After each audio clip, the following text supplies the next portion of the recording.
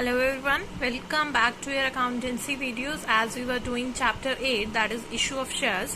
Till now we have done for feature entries as well. Now I would like to discuss question number 61. This question has come already in CBSE 2019 paper. So these type of questions are very important. This question also includes purchase consideration for cash and other than cash. We will pass entries for both those type of entries. Question number 61 says Venus Limited was registered with an authorized capital of rupees 40 lakh. जब भी rupees 40 lakh है, हमें पता है हमें price of share से हम divide कर दे तो नंबर ऑफ शेयर्स हमारे पास आ जाते हैं. यहाँ पे हमें ऑलरेडी गिवन भी है दैट 4 लाख इक्विटी शेयर्स. ये भी हमारी रजिस्टर्ड या ऑथोराइज्ड कैपिटल की बात हो रही है. As you all know, capital is of 3 types: authorised capital, issued capital and subscribed capital. 70,000 of these shares were issued as fully paid to MS Star Limited for building purchase. हम एक building purchase कर रहे हैं और उसके बदले में अपने 70,000 शेयर्स ऑफ ₹10 ईच इशू कर रहे हैं एज फुल्ली पेड. मतलब जो फेस वैल्यू थी उसी पे ही, यानी कि 70,000 शेयर्स और एक शेयर की वैल्यू अगर 10 रुपए, तो ऑब्वियसली वो 7 लाख की बिल्डिंग होगी. तभी हमने परचेज की है. जब भी हम परचेज करते हैं असेट, आपको पता है सिर्फ सिंपल असेट परचेज करते हैं तो लिखते हैं asset account debit to vendor account, अगर वेंडर का नाम ना गिवन हो. इस क्वेश्चन में MS Star Limited गिवन है तो हम वही लिखेंगे that building account debit to MS Star Limited. After that ये तो थी being amount due to MS Star Limited. When you give them issue or shares of 70,000 worth of 10 each, 70,000 shares of 10 each हम issue कर देंगे next line में, तो entry बन जाएगी MS Star Limited account debit to equity share capital. This was for other than cash. Next point पे हमें बोला है 2,000 shares were issued to the public and the amount was payable like this. अब ध्यान से देखना है हमें यहाँ पे कि हमने 2 लाख शेयर्स इशू करने जनरल पब्लिक को, और उसके लिए अमाउंट का हमें बाइफिकेशन गिवन है कि 10 रुपीज को हमने ऐसे ऐसे डिवाइड कर दिया. 3 rupees per share, 2 rupees per share, 2 पर share and 3 per share. The amounts received on these shares were as follows. ध्यान से देखेंगे. फर्स्ट हमें बताया है on 1 lakh shares full amount called. जितने भी पैसे मंगवाए थे सारे के सारे हमें 1 लाख शेयर्स पे रिसीव हो रहे हैं. मतलब क्या इस लाइन का? नो एरियर, कोई भी एरियर नहीं है. उसके बाद 60,000 शेयर्स पे हमें सिर्फ 7 रुपीज रिसीव हुए हैं. मतलब क्या है? जब हम देखते हैं ना कि 7 रुपीज रिसीव हो गए, मैंने देखा कि 3 एप्लीकेशन के रिसीव होंगे, 2 अलॉटमेंट के रिसीव होंगे 5 और 2 फर्स्ट कॉल के रिसीव होंगे. यानी कि उसने 3 रुपीज की जो है सेकेंड एंड फाइनल कॉल नहीं पे की होगी, तो मैं यहाँ पे लिख देती हूँ एरियर. कितना? 60,000 शेयर्स का. नेक्स्ट पॉइंट पे हम आए.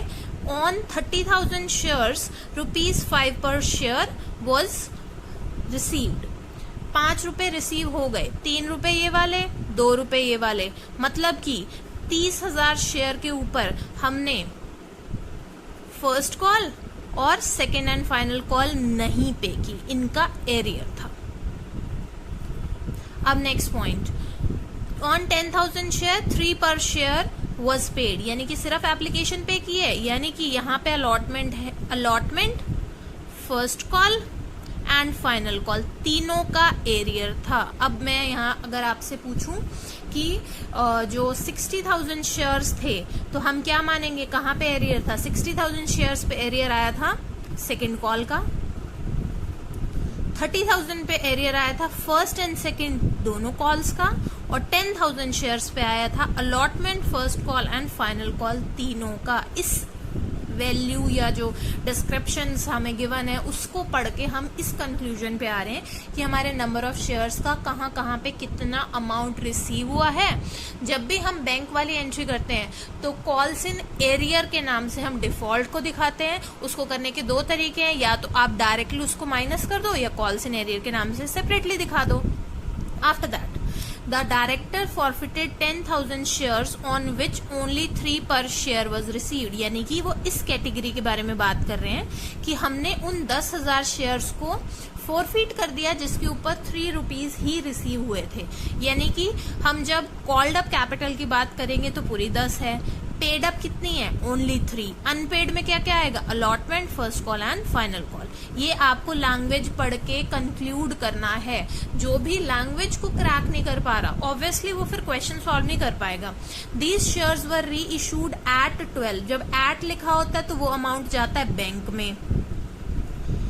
एज फुल्ली पेड अप मतलब शेयर की फेस वैल्यू यानी कि 10 रुपए के हिसाब से आपने एंट्री करनी।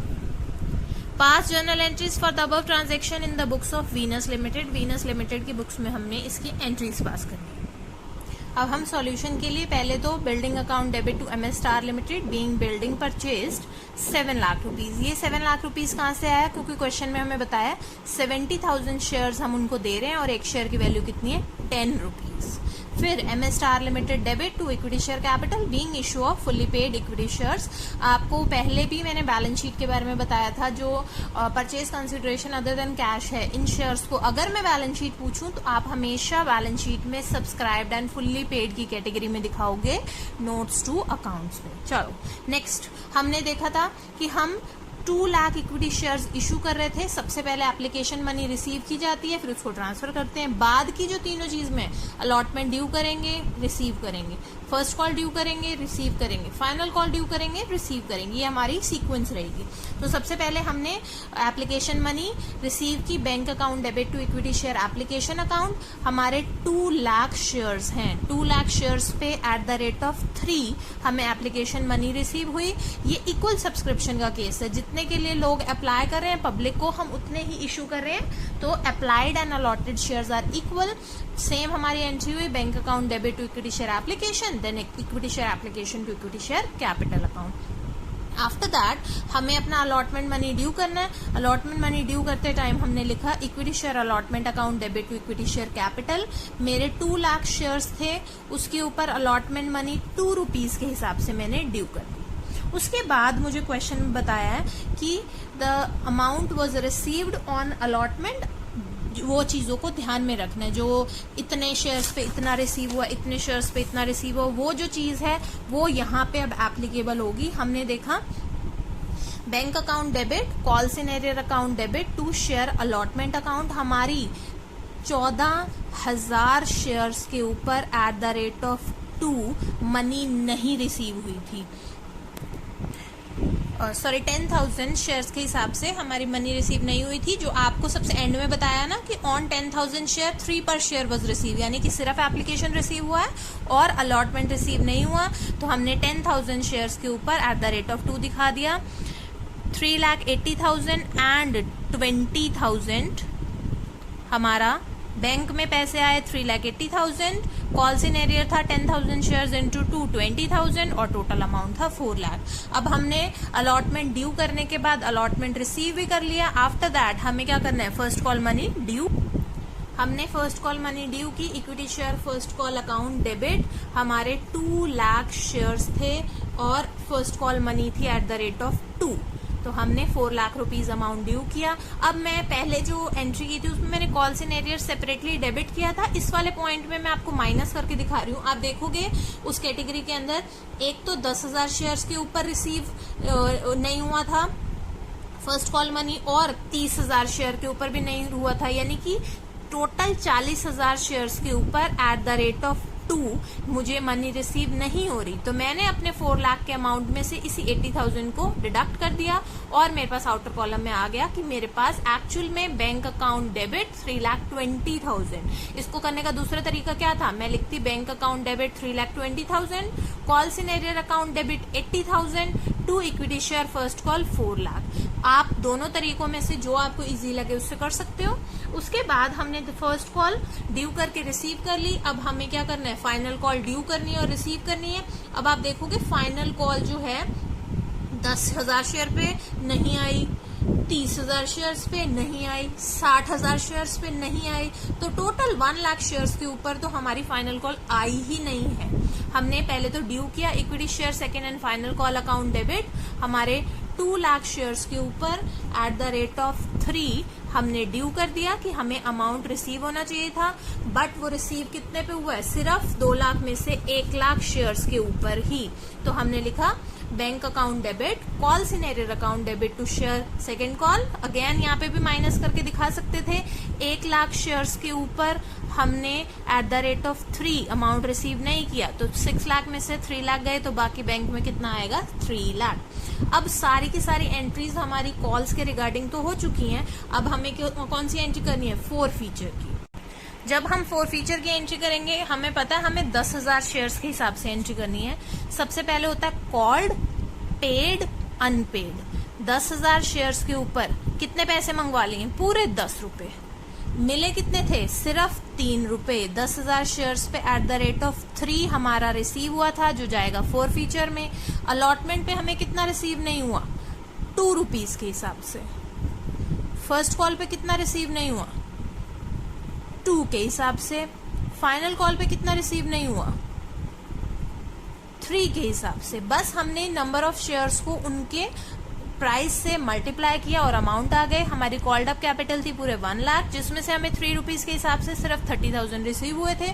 2 रुपीज के हिसाब से अलॉटमेंट नहीं आए, हमने वो लिख दिया। फर्स्ट कॉल नहीं आई, वो लिख दिया। फाइनल कॉल नहीं आई, वो लिख दिया।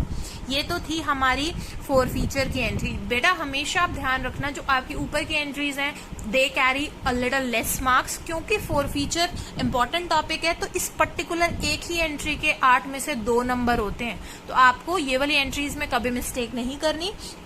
आफ्टर दैट हमने देखा कि हम जो शेयर्स कैंसिल कर चुके थे उनको हम री इशू कर रहे हैं 10 रुपए के शेयर को 12 पे, मतलब सिक्योरिटी प्रीमियम आएगा। फिर हमने एंट्री की bank account debit to equity share capital account. Bank में पैसा आया 12 के हिसाब से, बट शेयर की वैल्यू कितनी थी? सिर्फ 10। तो बाकी 2 रुपए क्या है? हमारा प्रीमियम। हमने 10,000 शेयर्स पे at the rate of 2 premium दिखा दिया। इतनी क्वेश्चन के अंदर आपको लैंग्वेज बताई हुई थी। अब मेरे को कोई बता सकता है कि कौन सा पॉइंट हमें इम्प्लाइड है? कैपिटल रिजर्व का। कभी भी आप शेयर्स को कैंसिल करते हो, उसके बाद री इशू करते हो, तो हमें कैपिटल रिजर्व में ट्रांसफर करना है अमाउंट। हम हमेशा क्या करते थे? अपने 4 फीचर के प्रॉफिट को देखते थे। 30,000 का यहाँ प्रॉफिट है, अगर उसमें से यहाँ कुछ यूज हो गया in the form of discount, तो उसको डिडक्ट करके बाकी ट्रांसफर करते हैं। इस पर्टिकुलर केस में हमने तो कुछ भी यूज नहीं किया, तो पूरा का पूरा अमाउंट हमारा चला जाएगा कैपिटल रिजर्व। तो हमारी लास्ट एंट्री हो जाएगी share forfeiture account debit to capital reserve being balance in share forfeiture transfer to capital reserve.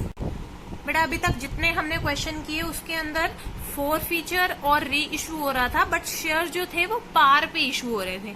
अब मैं आपको वो वाले क्वेश्चंस करवाऊंगी when 4 forfeiture and reissue of shares was there and shares were issued at premium. हम उनको premium पे initially अगर इशू कर रहे थे तो आपकी एंट्रीज में क्या चेंज हो जाएगा, हम उसके लिए देखेंगे क्वेश्चन नंबर 63।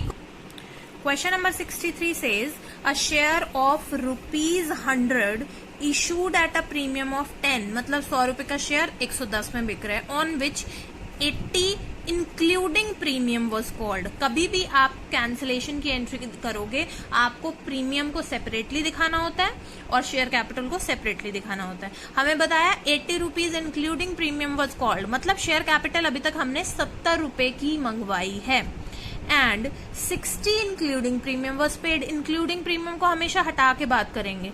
60 अगर इंक्लूडिंग प्रीमियम है तो असलियत में कितना पे हुआ है? 50 रुपए। These shares have been forfeited। जब भी हम देखेंगे कि आपका 4 फीचर की एंट्रीज में क्या प्रीमियम रिसीव हो गया है या नहीं रिसीव हुआ, पहले भी मैंने आपको बताया था, जब भी आप प्रीमियम की बात करोगे, अगर प्रीमियम अभी भी ड्यू है तो हम उसको सिक्योरिटी प्रीमियम रिजर्व के नाम से डेबिट करते हैं। इन केस प्रीमियम ड्यू ही नहीं है, रिसीव हो चुका है, तो हम बस उसको कट कर देंगे, ना तो हम उसको डेबिट साइड पे कहीं दिखाएंगे ना ही क्रेडिट साइड पे कहीं दिखाएंगे। तो हमने उस एंट्री को मानना है as if there was no premium. These shares were afterward reissued as fully paid up। fully paid up मतलब 10 रुपए, यानी कि जो फेस वैल्यू उसी के हिसाब से हम इशू कर रहे हैं। फॉर ₹70 हम उस शेयर्स को यहाँ पे फेस वैल्यू जो थी शेयर की 100 रुपए थी, उसको 70 के हिसाब से री इशू कर रहे हैं, मतलब 30 रुपए के हिसाब से क्या हुआ यहाँ पे डिस्काउंट, और उस डिस्काउंट को हम कहाँ से रिकवर करेंगे, शेयर फॉरफीचर वाले प्रॉफिट से, और बाकी का बैलेंस ट्रांसफर करेंगे कैपिटल रिजर्व में। यहाँ पे इन्होंने ए शेयर यानी कि सिर्फ एक शेयर की बात की है कि एक शेयर में आप कैसे कैसे करोगे। मैं यहाँ पे आपको 100 शेयर्स एज्यूम करके करवा रही हूँ, क्योंकि आपके जो फर्दर क्वेश्चन आएंगे कभी भी एक शेयर की बात नहीं होगी, तो ऐसा ना हो कि आप प्राइस को नंबर ऑफ शेयर से मल्टीप्लाई करना भूल जाओ। तो मैं यहाँ पे आपको एज्यूम करवा रही हूँ, जो आंसर गिवन है वो एक शेयर के हिसाब से गिवन है, बट मैं 100 शेयर्स ले रही हूँ, तो हमेशा आपका डबल जीरोस का डिफरेंस आएगा। मैंने यहाँ पे लिख दिया assuming share holder was having 100 shares. 100 shares assume कर रहे हैं कि उसके पास थे। अब मैंने क्या बोला कि प्रीमियम अगर रिसीव हो गया तो हम उसको मानेंगे as if no premium is there. हमें क्वेश्चन में बोला 80 वॉज कॉल्ड इंक्लूडिंग प्रीमियम। जब प्रीमियम रिसीव हो गया तो उसको काट दो, ना डेबिट में ना क्रेडिट में। तो मैंने 80 में से 10 रुपीज के प्रीमियम को हटा दिया, मेरे पास बचा 70 मेरी कॉल्ड अप मनी है। मुझे क्वेश्चन में बोला है 60 वॉज पेड इंक्लूडिंग प्रीमियम, उसमें से भी प्रीमियम को हटाया तो पेड कितना हुआ 50 रुपए। Called, paid, unpaid. 70 रुपए कॉल्ड है, 50 पेड है, तो अनपेड कितना हुआ 20 रुपए। हमने उसको नाम दे दिया calls in arrear. Number of share मैंने माने थे 100, तो मैं हर जगह 100 से उसको मल्टीप्लाई कर रही हूँ। अगर आप 1 मानते तो ये एंट्री हो जाती 70, 50 और 20। अब हमने उसको फोरफीट करने के साथ साथ री इशू किया है कितने प्राइस पे 70 रुपीज के हिसाब से।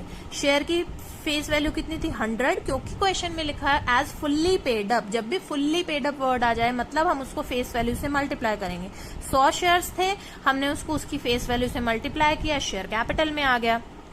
उसके बाद एट रुपीज 70 वाली वैल्यू बैंक में जाती है, बाकी 30 रुपए हमारा डिस्काउंट है। हमने देखा हमें फॉरफीचर पे 5000 का प्रॉफिट हुआ था, 3000 का उसमें से हमने यूज कर लिया डिस्काउंट देने के लिए, बाकी कितना बचा 2000। उस 2000 को हम कैपिटल रिजर्व में ट्रांसफर कर देंगे। Share forfeiture account debit to capital reserve, being reserve in share forfeiture transfer to capital reserve. आप इनकी जर्नल एंट्री नरेशन लिखोगे तो being shares cancelled for non payment, being shares reissued at ₹70। बस narration लिखना mandatory है, उसकी language से कोई फर्क नहीं पड़ेगा। चलिए अब हम करते हैं क्वेश्चन नंबर 68। ये आपका एनसीईआरटी का क्वेश्चन है। हम हर टाइप के क्वेश्चंस करेंगे जो आपके प्रीवियस ईयर्स में आए हुए हैं या उनके आगे कोई पर्टिकुलर लिखा हुआ है कि किसी पर्टिकुलर सैम्पल पेपर में, तो आई ट्राई कि वो वाले क्वेश्चंस हम जरूर करें। उनमें से जो रह जाएंगे you will try that and ask queries from that. Question number 68 says 150 shares of ₹10 each issued at a premium of 4 per share payable with allotment। मतलब जो 4 रुपए का प्रीमियम था उसको अलॉटमेंट के साथ हमें पे करना था। नंबर ऑफ शेयर्स है 150 और एक शेयर की वैल्यू है 10 रुपए। They were forfeited for non payment of allotment money. Premium allotment के साथ था और हमने प्रीमियम विद अलॉटमेंट अमाउंट पे नहीं किया। अलॉटमेंट मनी है 8 रुपए की इंक्लूडिंग प्रीमियम। 4 का अगर प्रीमियम है तो इसमें कैपिटल का कितना पोर्शन हुआ, ऑब्वियसली 4 रुपए। The first and final call of ₹4 पर शेयर वॉज नॉट मेड। ये चीज आपकी इंपॉर्टेंट है। क्यों इंपॉर्टेंट है? क्योंकि इसके हिसाब से आपकी कॉल्ड अप मनी जो है वो चेंज हो जाएगी। अगर मेरे शेयर की वैल्यू 10 रुपए है जिसमें से मैंने 4 रुपए मंगवाए ही नहीं है, तो मेरे कितनी कॉल्ड अप कैपिटल है 6 रुपीज के हिसाब से। उस 6 के हिसाब से हमारी कॉल्ड अप कैपिटल है। मुझे क्वेश्चन में बताया है कि मैंने अलॉटमेंट मनी 8 रुपए की विद प्रीमियम पे नहीं की, जिसमें से शेयर कैपिटल तो 4 का ही था सिर्फ। अगर मैं बोलूं 6 रुपए मेरे कॉल्ड हैं, 4 रुपए मेरे अनपेड हैं, तो पेड कितने हुए? ऑब्वियसली 6 में से 4 को माइनस करोगे और 2 रुपए आपके पास बचेंगे जो पेड अप मनी मानी जाएगी और उसको हम शेयर फॉरफीचर के अंदर ट्रांसफर करेंगे। After this, the forfeited shares were reissued at ₹15 per share fully paid up। 10 रुपए के शेयर को आप 15 में री इशू कर रहे हो, ऑब्वियसली सिक्योरिटी प्रीमियम है। पास journal entries in the books of x limited for the above. हमने एक्स लिमिटेड की बुक्स में अबव एंट्रीज के लिए जर्नल एंट्री पास करनी है। हमें यहाँ पे पूरी एंट्रीज करने की जरूरत नहीं है, क्योंकि इस टाइप के जो क्वेश्चंस होते हैं ये आपके शॉर्ट क्वेश्चंस माने जाते हैं। ये अगर आपका आता है 8 नंबर में तो इस तरीके के 3 क्वेश्चंस होंगे। या मिनिमम 2 तो हम मान के ही चलें। तो हमें यहाँ पे सिर्फ फॉरफीचर की एंट्री करनी है, फिर री इशू की एंट्री करनी है और फिर कैपिटल रिजर्व की एंट्री करनी है।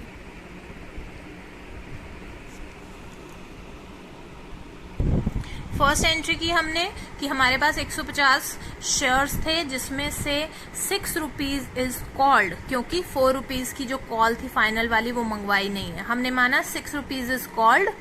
4 रुपए का प्रीमियम भी रिसीव नहीं हुआ क्योंकि it was payable on allotment and allotment भी पे नहीं हुई। जब भी ऐसा क्वेश्चन हो जिसके अंदर अलॉटमेंट के साथ में प्रीमियम है और हम अलॉटमेंट भी पे नहीं कर पाए तो सिक्योरिटी प्रीमियम को भी डेबिट करना है। सिक्योरिटी प्रीमियम कितने का था? 4 रुपए का। तो 150 को हमने 4 से मल्टीप्लाई कर दिया। अलॉटमेंट में पैसा कितना नहीं आया था? 8 रुपए का। 4 + 4, 4 बेटा इसके अंदर है, 4 इसके अंदर है, तो हमारे 6 में से 4 की अलॉटमेंट मनी थी। तो एप्लीकेशन मनी जो रिसीव हो चुकी है वो कितने के हिसाब से होगी? 6 में से 4 को डिडक्ट करेंगे और मेरे पास 2 रुपीज बचेगा। तो मैंने शेयर फॉरफीचर में 2 के हिसाब से एंट्री कर दी।